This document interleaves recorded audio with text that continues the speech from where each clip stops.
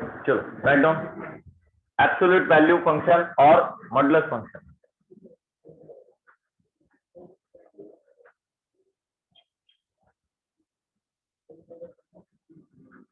Introductory आप जानते ही है, देखो ध्यान से, इस तरह से हम लिखते थे मॉड ऑफ 3। तो अगर मॉड के अंदर कोई पॉजिटिव वैल्यू मिल जाए तो मॉड का कोई असर ही नहीं होता था, वही positive value as it is carry forward. और अगर मॉड के अंदर कोई नेगेटिव वैल्यू मिल जाए तो वो भी पॉजिटिव हो जाती थी, है ना, वो भी पॉजिटिव हो जाती थी। मतलब माइनस को हमने हटा दिया, मॉड वो माइनस कहा गया, एक्चुअली होता क्या है यहाँ, माइनस गया कहाँ। तो ये चीज समझने के लिए ध्यान से समझना। देखो जब मॉड के अंदर ये पॉजिटिव वैल्यू है, मॉड के अंदर ये पॉजिटिव वैल्यू, तो मॉड डायरेक्ट हट जाएगा, डायरेक्ट हट जाएगा। लेकिन मॉड के अंदर अगर नेगेटिव वैल्यू है तो ये अंदर वाली नेगेटिव वैल्यू, ये अंदर वाली नेगेटिव वैल्यू को मॉड एक और माइनस अप्लाई करेगा, ये अंदर वाली नेगेटिव वैल्यू को मॉड एक और माइनस अप्लाई करेगा। अगर पॉजिटिव वैल्यू है अंदर तो मॉड डायरेक्ट हट जाएगा, कोई दिक्कत नहीं। और अगर अंदर नेगेटिव वैल्यू है तो मॉड अपना खुद का एक माइनस उसे अप्लाई कर देगा, किसे, अंदर वाली नेगेटिव वैल्यू को, अंदर वाली जो भी वैल्यू है उसको मॉड अपना खुद का एक माइनस इंट्रोड्यूस कर देगा, मल्टीप्लाई कर देगा। तो अब देखो ये minus into minus, minus minus it become plus, तब इसका आंसर होगा +5। तो मॉड के अंदर वाली टर्म नेगेटिव अगर है तो वो पॉजिटिव बन जाती है। कैसे बनती है, मॉड अपना खुद का एक माइनस उसे मल्टीप्लाई करता है। अच्छा मॉड, फिर सर मॉड ने यहां माइनस मल्टीप्लाई नहीं किया, नहीं किया, क्यों नहीं किया, अरे उसको समझ गया कि अंदर वाली वैल्यू पॉजिटिव है तो उसको माइनस की कोई जरूरत ही नहीं है। तो मॉड ने पहचान लिया भाई अंदर वाले को तो कोई जरूरत नहीं है अपनी, तो वो सीधा हट गया, सीधा ये value as it is carry forward.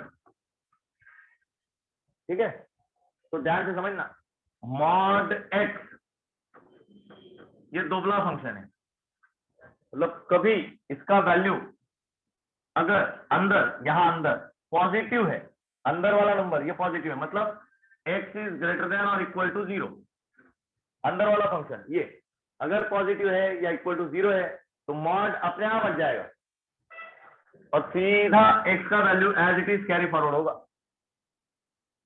ठीक है, पर अगर ये अंदर वाला वैल्यू x नेगेटिव रहा, नेगेटिव रहा मतलब लेस देन 0, अगर अंदर वाला वैल्यू नेगेटिव रहा, लेस देन 0 रहा, तो अंदर वाला वैल्यू ऑलरेडी नेगेटिव है, उस नेगेटिव वैल्यू को मॉड अपना खुद का एक माइनस देगा, तब जाके वो पॉजिटिव बनेगा।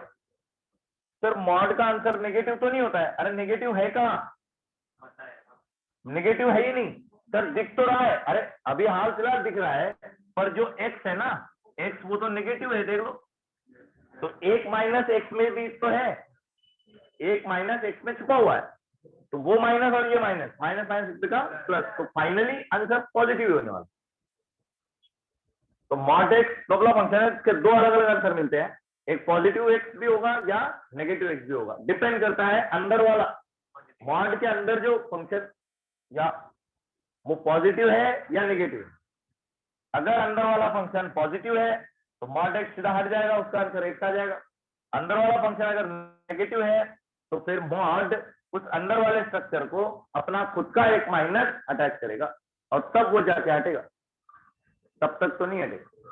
ये समझिए डेफिनेशन, तो लिख लो ये डेफिनेशन, ये मॉड एक्स का डेफिनेशन है। y is equal to mod x, ये मॉड्यूलर फंक्शन है।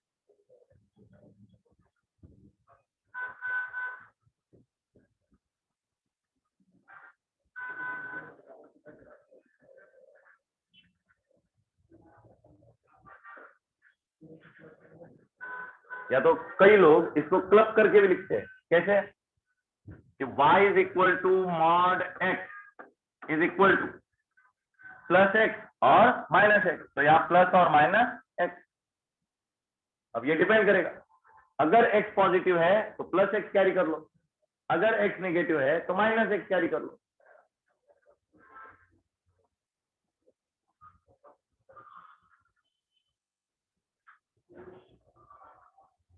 तो यहां से देखो y is equal to x, पहला स्ट्रक्चर बना अगर पॉजिटिव वैल्यू कैरी होगा तो, और y is equal to minus x, दूसरा एक और स्ट्रक्चर बना अगर नेगेटिव वैल्यू कैरी होगा तो ये भी हो सकता है, ये भी हो सकता है, इन दोनों में से कुछ भी। अगर y का वैल्यू पॉजिटिव एक्स है तो फिर नेगेटिव एक्स नहीं हो सकता, और अगर नेगेटिव एक्स है तो फिर पॉजिटिव एक्स नहीं हो सकता। मैथ्स वाला और एक्सक्लूसिव और होता है, आइदर फर्स्ट और second but not both at a time, इसलिए वो रीजनिंग पढ़ाया गया। उसका एप्लीकेशन मतलब कई एक जगह ऐसा फिक्स नहीं, जहां सेंटेंस लिखे जाएंगे, स्टेटमेंट लिखे जाएंगे, तो उनका मीनिंग समझने के लिए वो यूजफुल है।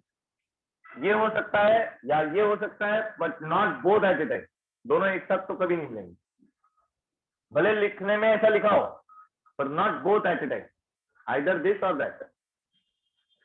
अच्छा, y is equal to x, ये एक स्पेशल लाइन है। y is equal to minus x, ये भी एक स्पेशल लाइन है। कौन सी, वो देखते हैं। ये लिख चुके हो यहां तक?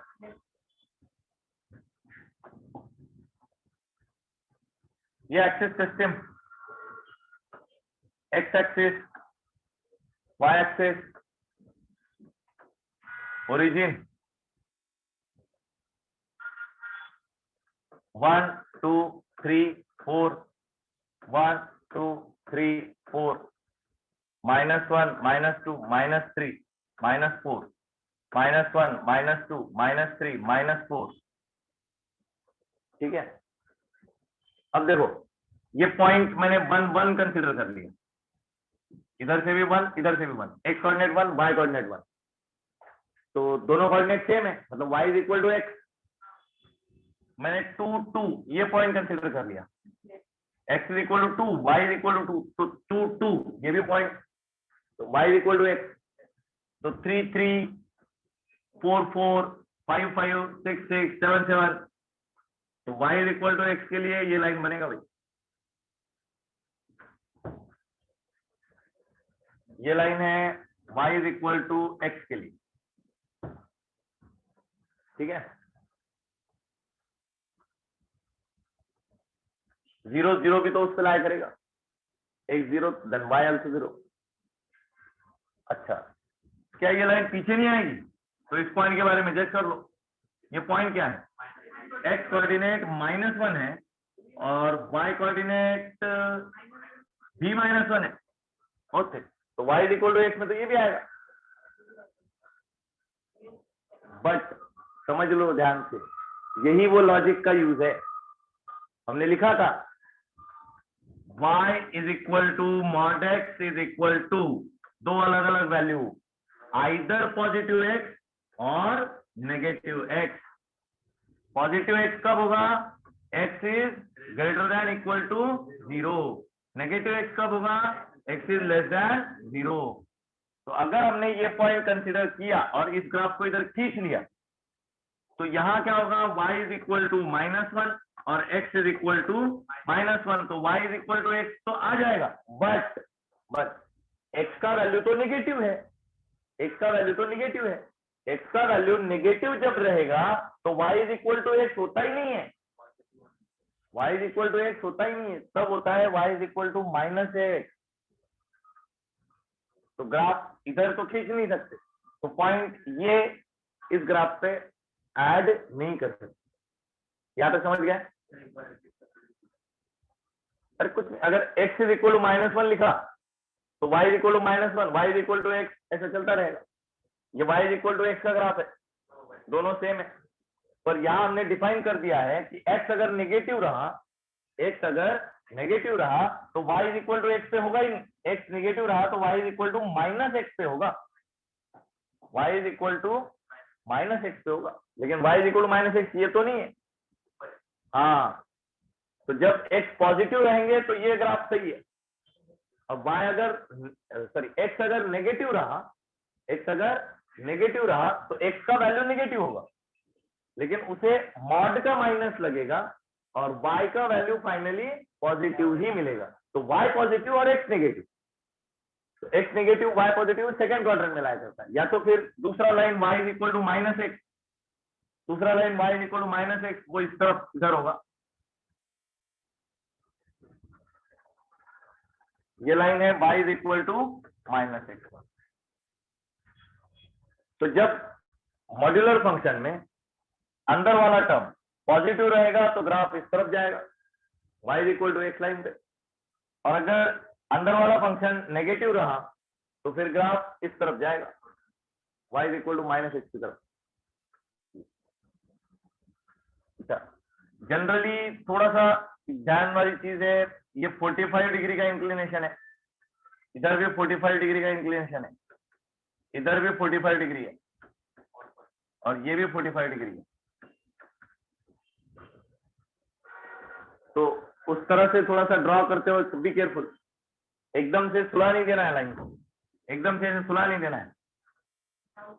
हाँ 45 डिग्री वाला ऐसा लगभग 45 डिग्री में नजर आना चाहिए बस। हाँ बोलो।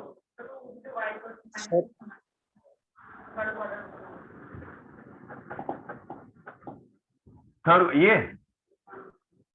y कोऑर्डिनेट यहाँ क्या बनेगा -1, x कोऑर्डिनेट क्या बनेगा -1, दोनों -1 है, दोनों -1 है, तो मतलब y is equal to x है ना, y is equal to x है। पर हमें जब x नेगेटिव होगा, जब x नेगेटिव होगा तो y is equal to x, x negative होगा तब y is equal to x पे ध्यान देना ही नहीं। हाँ जब x नेगेटिव होता है, जब x नेगेटिव होता है तो y is equal to minus x लेना है, तो y is equal to x लेके कोई फायदा ही नहीं। तो जब x नेगेटिव होगा तो y का वैल्यू ये +1 लेना है, -1 + 1, -2 + 2, -3 + 3, इस तरह से चलेगा।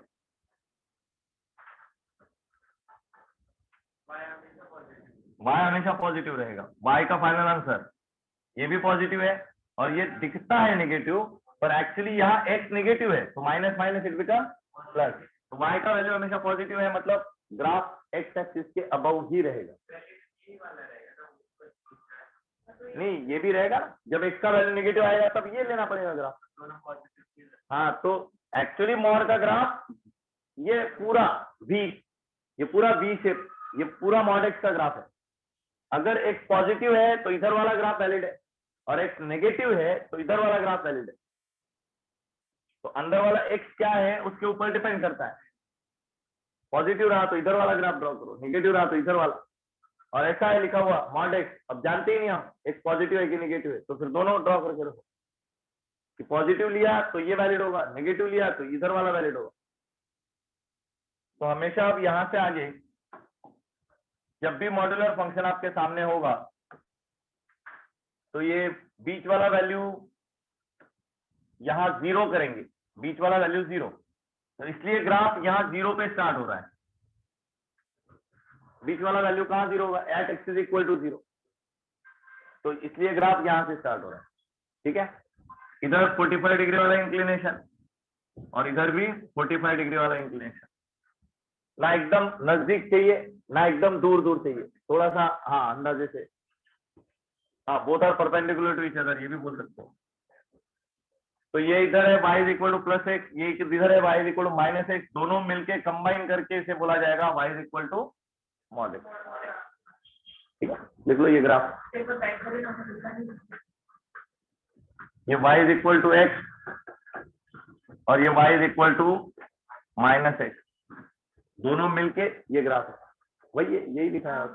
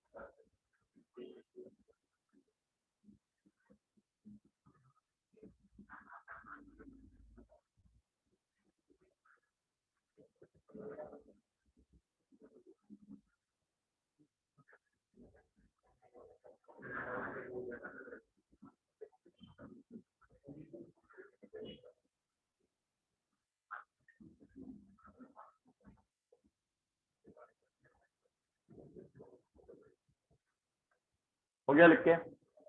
आगे हेडिंग दो, प्रॉपर्टीज ऑफ मॉड्यूलर। मॉड्यूल में दे रखा है ये प्रॉपर्टीज ऑफ मॉड्यूलर, फिर भी एक बार हम डिस्कस कर लेते हैं, बाकी आप मॉड्यूल से देख सकते हो।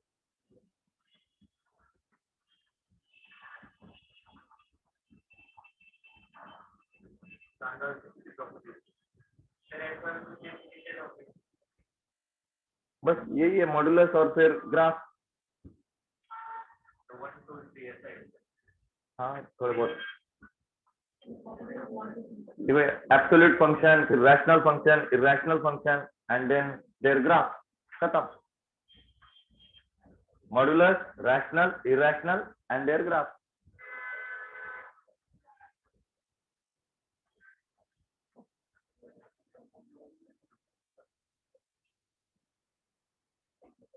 हो गया लिख के। चलो देखो प्रॉपर्टी, पहला प्रॉपर्टी लिखो, मॉड ऑफ ए। अच्छा, ये प्रॉपर्टीज है वैलिड फॉर रियल नंबर। ये properties valid for real number, A B ये सारे रियल नंबर है तो ही ये वैलिड होगा। अगर नॉन रियल है तो फिर यहाँ कुछ प्रॉपर्टी इनवैलिड भी हो सकती है, इसलिए नॉन रियल है तो प्रॉपर्टीज को नहीं देखना है, रियल अगर है तो फिर प्रॉपर्टीज को देख सकते हैं।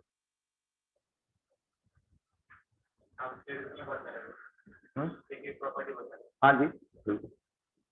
पहला है देखो, mod A greater than equal to 0, mod A greater than equal to 0।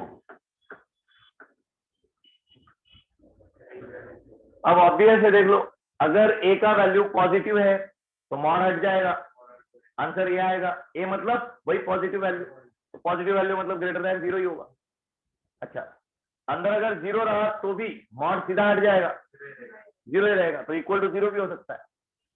अच्छा, लेकिन ए का वैल्यू अगर सपोज -5 है, ए का वैल्यू अगर -5 है तो मतलब अंदर नेगेटिव नंबर आ गया। अंदर अगर नेगेटिव नंबर है तो मॉड जाते जाते अपना एक माइनस गिफ्ट में दे जाएगा, तो मॉड का वो गिफ्ट मिला हुआ माइनस और ए का वैल्यू है -5, तो वो दोनों माइनस माइनस प्लस, तो फाइनल आंसर इसका बनेगा +5 विच इज ग्रेटर देन 0। समझ रहे हो? तो इसका आंसर अंदर चाहे नेगेटिव नंबर है चाहे पॉजिटिव नंबर है, फाइनली ग्रेटर देन 0 ही मिलने वाला है। दूसरा प्रॉपर्टी,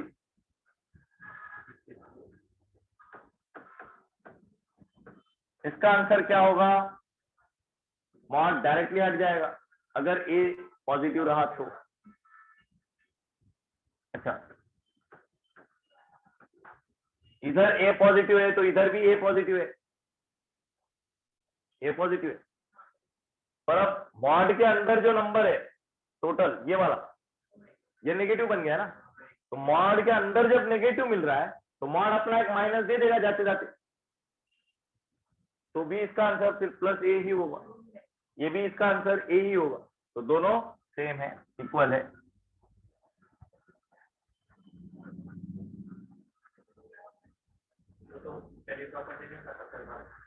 हाँ लिखा है मॉड्यूल में, लिखा है तो बता रहे। वैसे तो मैं ग्राफ लिख के भी पता चल गया सब, तो प्रॉपर्टी की जरूरत है भाई, लिखो। इंपॉर्टेंट आगे है 2 प्रॉपर्टीज, वो मैं बोलने वाला हूँ, अभी हाल फिलहाल इसको लिखो। थर्ड वन, तीसरा प्रॉपर्टी लिखो, मॉड ए ग्रेटर देन और equal to A.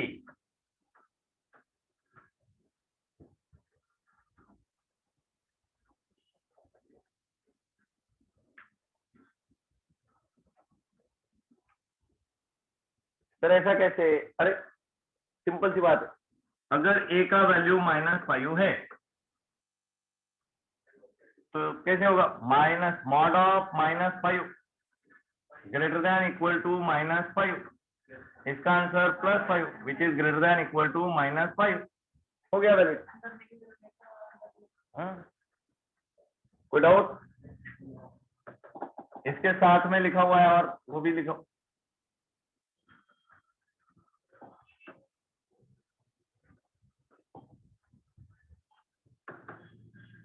mod of a greater than equal to minus a also।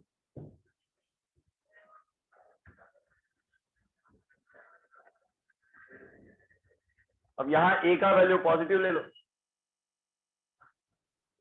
और अगर a का वैल्यू यहाँ नेगेटिव लेते हो तो फिर इक्वल आ जाएगा। ठीक है, a का वैल्यू पॉजिटिव तो फिर ये ग्रेटर, a का वैल्यू नेगेटिव तो फिर ये इक्वल। इस तरफ a का वैल्यू नेगेटिव तो ये ग्रेटर, और a का वैल्यू पॉजिटिव तो फिर ये इक्वल। समझ गए? नेक्स्ट वन,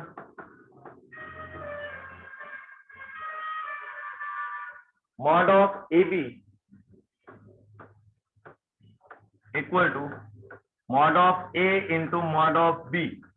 आगे हमें कुछ इक्वेशन सॉल्व करने हैं, तो इक्वेशन सॉल्व करते वक्त ये प्रॉपर्टी इंपॉर्टेंट है, याद रखो।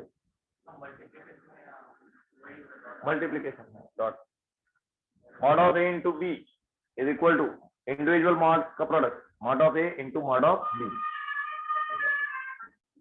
अच्छा, ये रियल नंबर के लिए, फिर से बता रहा हूं, रियल नंबर के लिए ही वैलिड है।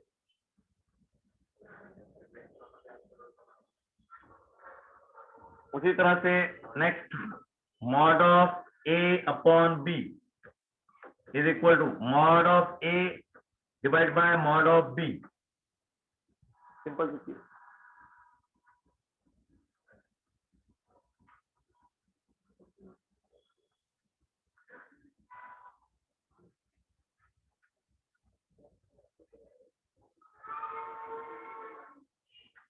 अब यहां तक तो सिंपल सी प्रॉपर्टी। अब आगे वाले दो और प्रॉपर्टी है, इंपॉर्टेंट है, वो लिख लो। Most important property number 6, very very important, most important, जो चाहो। प्रॉपर्टी नंबर 6 को नोट डाउन करो। mod of A plus B, mod of A plus B less than और equal to mod of A plus mod of B।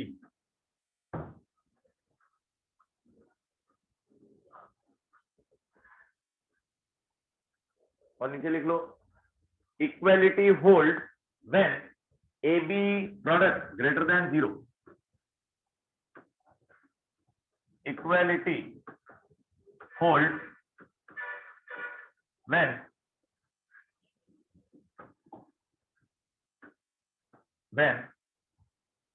Product AB greater than 0, greater than और equal to 0। ये equality hold करेगी, ये equality hold करेगी, ये satisfy होगा। कब होगा? Only when product AB greater than equal to 0। तो अगर ये इक्वालिटी होल्ड करती है, ऐसा दे रखा है, तो हम इसी को सॉल्व करने में लगे रहते हैं। इसी को इधर ले जाएंगे, डिवाइड करेंगे, ऐड करेंगे, सब्ट्रैक्ट करेंगे, पर इसको कुछ करना ही नहीं होता। ये प्रॉपर्टी होल्ड कर रही है, इसका मतलब A और B का product greater than equal to 0 है, तो सॉल्व इधर करना है, पर हम इधर ही घूमते रहते हैं। तो इसलिए ये मोस्ट इंपॉर्टेंट बोला। ऐसा स्ट्रक्चर अगर दिखता है तो तुरंत इसको हटा दो और उसके बदले product AB greater than equal to 0 इस पे शिफ्ट हो जाओ। अब जो कुछ सॉल्व करेंगे यहां से करेंगे, ठीक है? हाँ, आइडेंटिफिकेशन है। हाँ, ये लगेगी तो AB ग्रेटर देन 0 होगा, ग्रेटर देन इक्वल टू 0 होगा, और ये AB greater than equal to 0 होगा तभी ये लगेगी। अगला लिखो 7th वन, ऐसा ही कुछ है। mod of A minus B, mod of A minus B greater than equal to mod of A minus mod of B.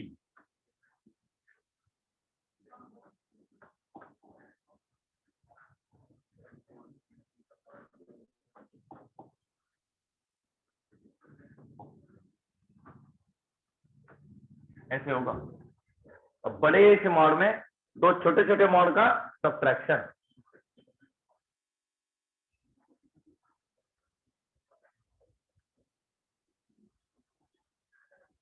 इसका भी ऐसा ही है, लिख लो। Equality hold when A B greater than equal to 0।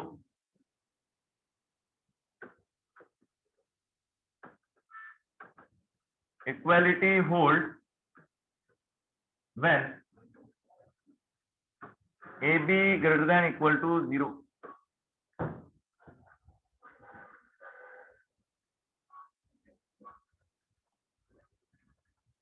तो इसमें अगर घूमते रह गए तो दिक्कत आ जाएगी, सीधा इस पे शिफ्ट होना है।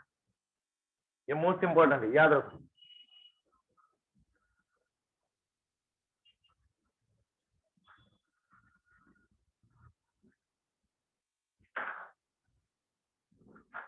हो गया, बना लिए। इस तरह से ये 7 प्रॉपर्टीज है। चलो कुछ क्वेश्चन देखते हैं। पहला दे रखा है x into mod of x equal to 4।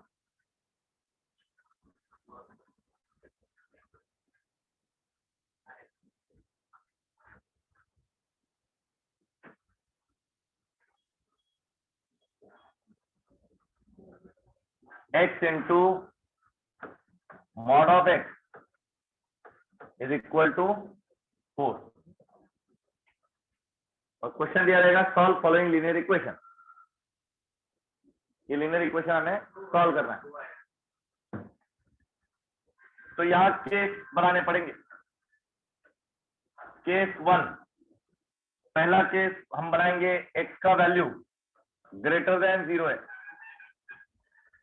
x का वैल्यू ग्रेटर देन 0 है, मतलब मॉड के अंदर जो नंबर है वो ग्रेटर देन 0 लेना होता है। तो मॉड के अंदर कौन नजर आ रहा है हाल फिलहाल? x। तो अगर वो पॉजिटिव है तो मॉड का आंसर सीधा सीधा मॉड हट जाएगा और मॉड x के बदले पॉजिटिव x लिखना पड़ेगा। तो ये x एज इट इज, और ये मॉड हट गया, यहां से भी x, तो ये बनेगा x square is equal to 4। तो x is equal to plus और माइनस 2। तो दो आंसर मिल रहे हैं यहां से, x is equal to plus 2 और x is equal to minus 2। लेकिन इनमें बस ये ही एक वैलिड है और ये इनवैलिड है। इनवैलिड क्यों है? बिकॉज हमने केस जो अज्यूम कर रखा है वो ग्रेटर देन 0 वाला अज्यूम कर रखा है। तो ग्रेटर देन 0 वाला ये वैल्यू है, यही करेक्ट है। ये इनवैलिड होगा because contradict with assumed case. This contradict with assumed case. कोई दिक्कत? अगला लिखो केस 2। यहां x इज लेस देन 0 होगा, x इज लेस देन 0 होगा।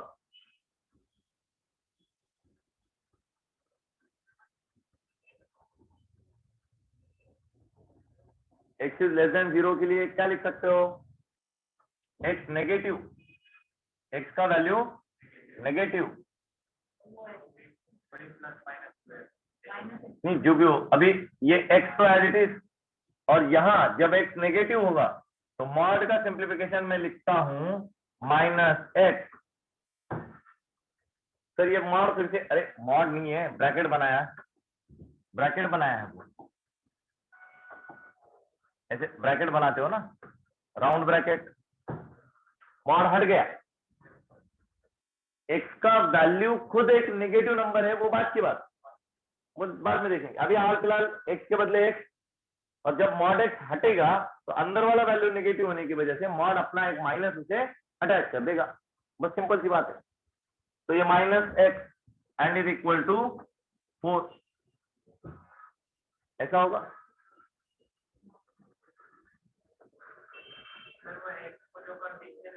मॉड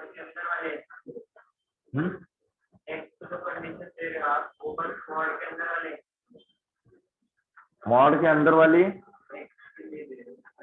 नहीं नहीं, सबके लिए x का वैल्यू निगेटिव है, मतलब x निकाल के उसके बदले -3 लिख सकते हो, -5 लिख सकते हो, तो इधर भी लिख सकते हो और इधर भी लिख सकते हो। अभी हाल फिलहाल x का वैल्यू तो नहीं डालना है ना हमें, तो इसलिए ये x as it is carry forward कर लिया। x का वैल्यू -x थोड़ी लिखा है हमने, x का वैल्यू -x लिखा है क्या? हाँ, उसके अंदर x का वैल्यू बाद में, x का वैल्यू डाला ही नहीं अभी तक। अगर x नेगेटिव होगा तो मॉड x का वैल्यू -x होता है, हमने ऐसा लिखा है ना, y is equal to x या तो -x, ये मॉड x का वैल्यू हमने लिखा है ना, मॉड x हटा के उसके बदले आप -x लिखोगे। कब? जब x नेगेटिव रहेगा। अभी तक वैल्यू तो सब्स्टिट्यूट किया ही नहीं, वैल्यू बाद में करेंगे। हाँ, वेरिएबल ही है अभी तक, इसका वैल्यू तो लिखा ही नहीं है। जैसे यहाँ अभी तो कुछ किया ही नहीं है, मॉड x के बदले बस यहाँ x लिखा है, मॉड x के बदले यहाँ पॉजिटिव x लिखा है। ऐसा क्यों किया? क्योंकि x का वैल्यू हमने पॉजिटिव एज्यूम किया हुआ है, ये केस में एज्यूम कर दिया ना, तो अभी तक मॉड का वैल्यू लिखा, फिर उसको आगे सॉल्व करेंगे। तो वैसे यहाँ बस अभी मॉड का वैल्यू लिखा है, अब उसको सॉल्व करेंगे, अब आगे उसको सॉल्व करेंगे। तो सॉल्व क्या करेंगे, देखो जरा, पॉजिटिव नेगेटिव, ये नेगेटिव x² 4 माइनस से मल्टीप्लाई कर दो, ये पॉजिटिव बनेगा और इधर -4, तो ये हाँ मतलब हाल फिलहाल इमेजिनरी है, रियल तो नहीं है ना, तो नॉन रियल वैल्यू, तो लिख लो x इज नॉन रियल।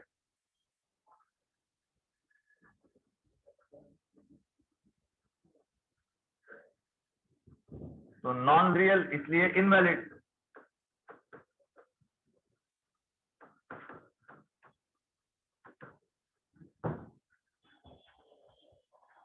तो फिर अब कितने सॉल्यूशन बने, देखो, आइदर दिस केस और दिस केस। अगर ये आंसर होगा तो फिर ये नहीं हो सकता, और अगर ये हुआ तो फिर ये नहीं हो सकता। अच्छा, इसमें भी और बने, तो या तो ये हो सकता है, या तो ये हो सकता है, या तो ये हो सकता है, तीनों में से कोई एक, लेकिन ये तो इनवैलिड है, ये तो ले ही नहीं सकते, तो बस एक ही आंसर है, कौन सा? x इज इक्वल टू 2, तो लिख लो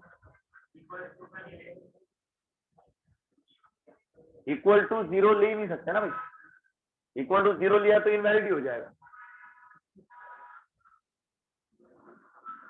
कोई दिक्कत?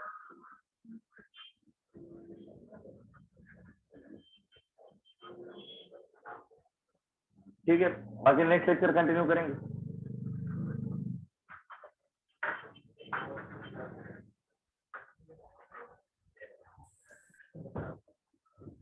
चलो भाई, ठीक है, नेक्स्ट लेक्चर कंटिन्यू करेंगे, होमवर्क बना के आ जाओ।